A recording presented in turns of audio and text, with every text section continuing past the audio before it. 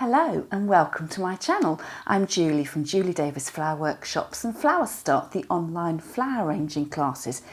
If you're new here, just a few things about me. I'm a trained florist and I teach flower arranging classes, and I do videos on all sorts of flower arranging things, DIYs, and sometimes, especially this time of the year, all about decluttering. So I'm going through a decluttering phase at the moment because I've just taken down my Christmas tree. And the huge question for me every year when I take down my Christmas decorations is, shall I leave a few bits and pieces up? So I'd be really interested to know. So leave me a comment down below. Do you keep your some of your Christmas decorations up for a bit longer, or perhaps all year? I've had some stars around my house that have been up, I think, for 2 whole years. So as with all videos, don't forget to like and subscribe, hit the notification bell, and then you'll always know when I upload a new video. So on we go. I'm doing this introduction on Tuesday morning, and I took down my Christmas tree on Sunday. So the first video is me looking at our Christmas tree, which was just behind you. You'll see now here, I'm sitting in a really, really bare room. So that's the first video, me taking down the Christmas tree. Well, today's the day. The tree decorations are coming down, and this is my gorgeous Christmas tree. It's actually a fake tree which we bought from Balsam Hill about 3 years ago.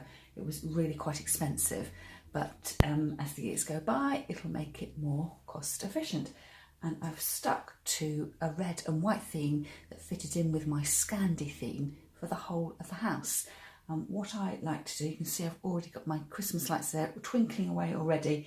I'm going to leave those on till last and start packing away my Christmas decorations, sorting them out, putting them back in the right boxes. I made these pinwheels at a workshop run by my friend. I'm just trying to decide whether to keep them somewhere else in the house. You have to let me know. Should I keep these up somewhere else in the house all year round? And perhaps you'd like me to show you how to make them, so let me know in the comments below. What I'm going to do, before I put everything away, on the side here, just going to put things into little piles. I know that belongs to a set, and there should be 5 more robins as well. And these little Christmas sleighs came from IKEA. They remind me of our New Year we spent in Sweden a couple of years ago. And again, I know there's 3 of these in all, so I keep them together in a little box so they don't get squashed in my main decorations box. This bauble was knitted by a friend of mine. It was perfect for my theme this year. And a glitter decoration, I think that was made in nursery a long time ago. Another lot for the pile. So I've got 4 strands of lights on this Christmas tree. The main ones are these red little balls, and then some pinpoint reds as well. They look really great in daylight, but at night time the red is too recessive. So I have also got 2 strands of battery operated white lights, which are actually on a timer, as well as having different settings if you want them fully on or flickering. So that's the next job, is to try and wind myself down the tree and then put the lights away neatly so they're not all tangled up for next year. When it gets a bit too difficult, I start winding them in my hand. It's like winding a ball of wool in reverse, just so I can try and keep everything under control. Right, that's the first lot. They're now attached with a plug, so I will need to unplug those, but they can sit off to the side for a while.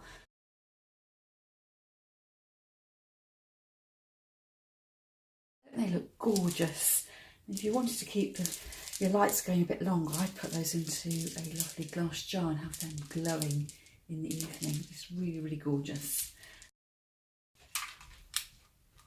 And there's a little control box with the batteries inside, with all the different settings on there as well. So I'm going to put those to one side, take the batteries out, and then store them for next year.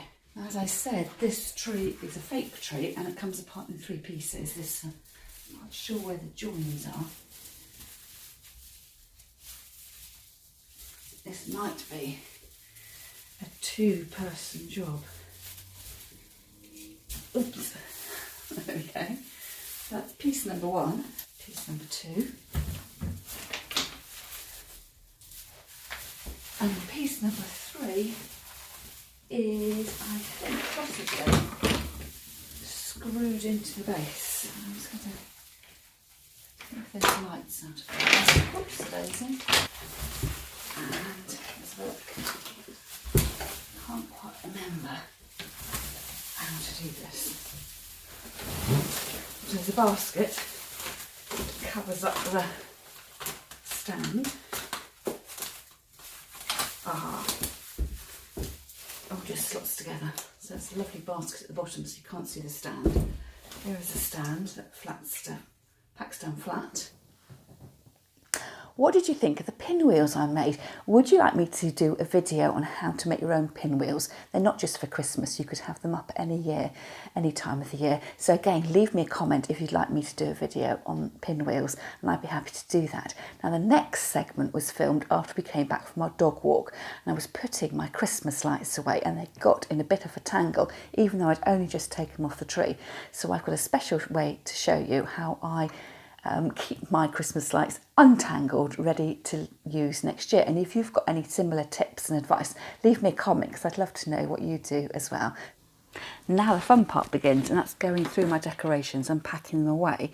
So I'm going to move this tray to one side, and I've got my box of Christmas decorations in here. So these are all the decorations that I didn't put out, and got mainly golds and greens in here, so about to put my reds back.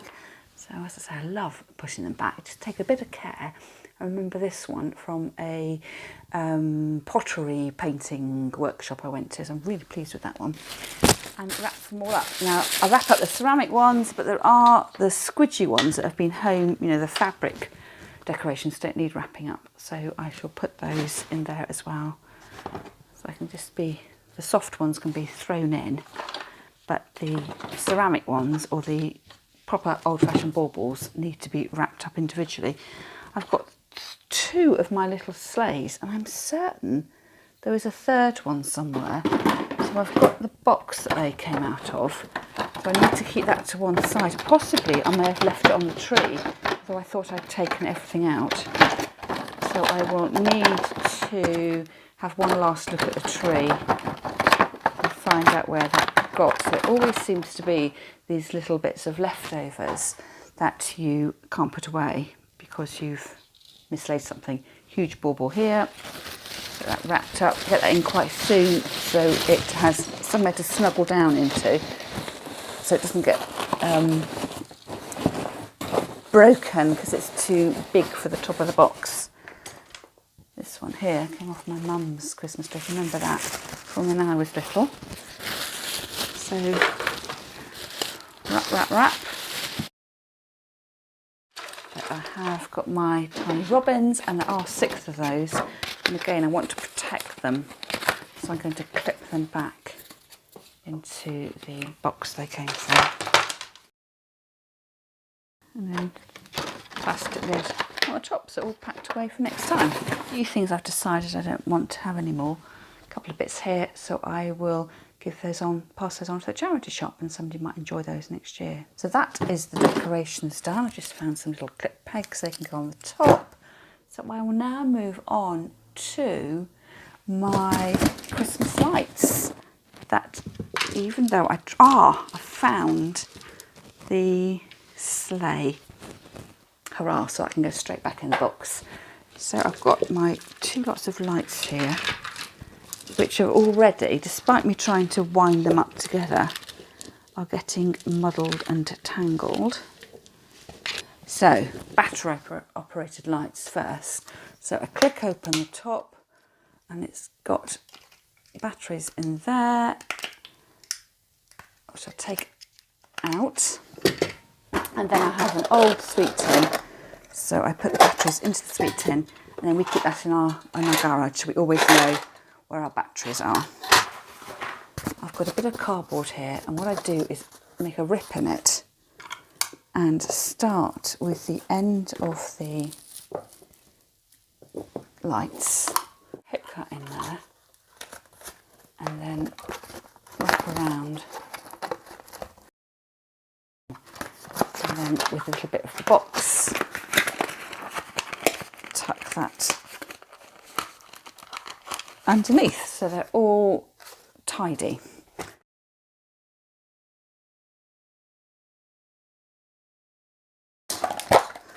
And then back to the beginning.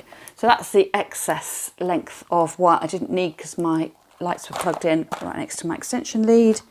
So I can just wrap that around there.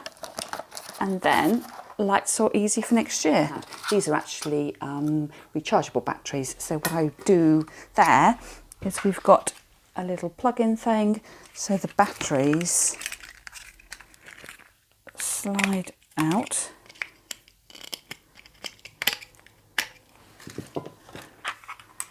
And then you slip them into the recharger.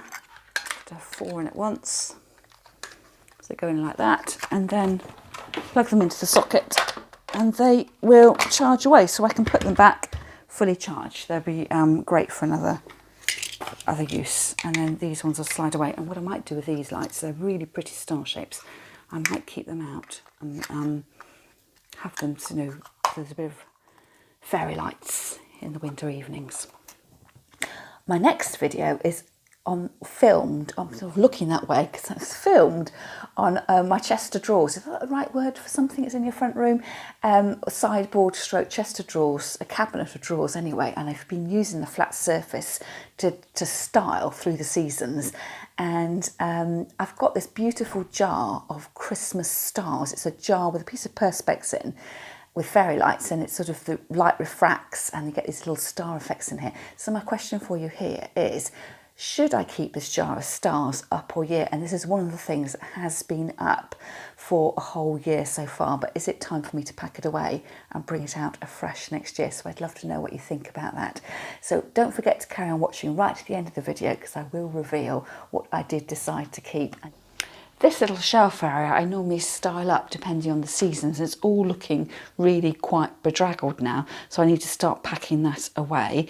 I don't really know where to start actually. First of all, perhaps with this house plant, which were 4 calanchoes, which when I first bought them were looking really, really great. They're starting to die off now. The leaves are quite lush, so what I'll probably do is to put this in my kitchen but actually take off all the flowers and just see whether they'll regrow again. And then otherwise I'll just keep it as a lush green house plant. So I'm going to move that out of the way. These, I think these are supposed to be doorstops, and I thought they would be really great. It's a little robin. It's cast iron robin set into a heavy pebble, and I was going to hang my Christmas stockings over it on the mantelpiece, but they weren't heavy enough to hold it, so I will probably use that as a doorstop, but just somewhere else in the house. Down here I've got a mirror, and it broke quite a long time ago now, and I've been using it as a plant stand, but I think probably if I'm doing a bit of spring cleaning, the time has come for me to actually get rid of that. I did some paper crafting in the holidays, so these are bits of old book that I've recycled and made into Christmas trees. I really enjoyed doing these, and it's one of the things I can't quite decide whether to keep up. It doesn't look overly Christmassy, so you have to leave me a comment below. Should I keep my Christmas trees up or just get rid of them? And then a little clay piece where I teach my flower classes. One of them, they run pottery classes at the same place, and I bought this as a sort of cast off. I don't know whether the student had made it and not collected it, or whether it was a sample piece the teacher had made. I think it cost me about £1, and I've been using it as a little nightlight holder, so I might keep that going and have through the dark months. This is a new buy this year, a little crafted soft star, so I think I'll put that in my Christmas tree box. Again, it fitted in with my Scandi theme, as did this, which is a little sort of Scandi gnome, a Nisa I think they're called. So I think I'll definitely have to go away for until next year. And then over here I have got another pinwheel and this box of this jar of lights which I bought last year, and I really love the way that they glow, and I actually had that out all year, and just in the winter months kept it lit in the evenings, and thought it would look quite nice on my patio table in the summer as well. So I can't quite decide what to do with that. Should I put that away for another year and bring it out and be all excited about seeing it next year, or should I leave it out on my side?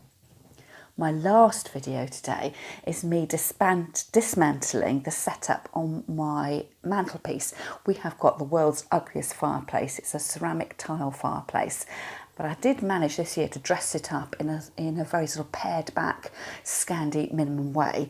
And now I have taken off everything. I can see it out of the corner of my eye.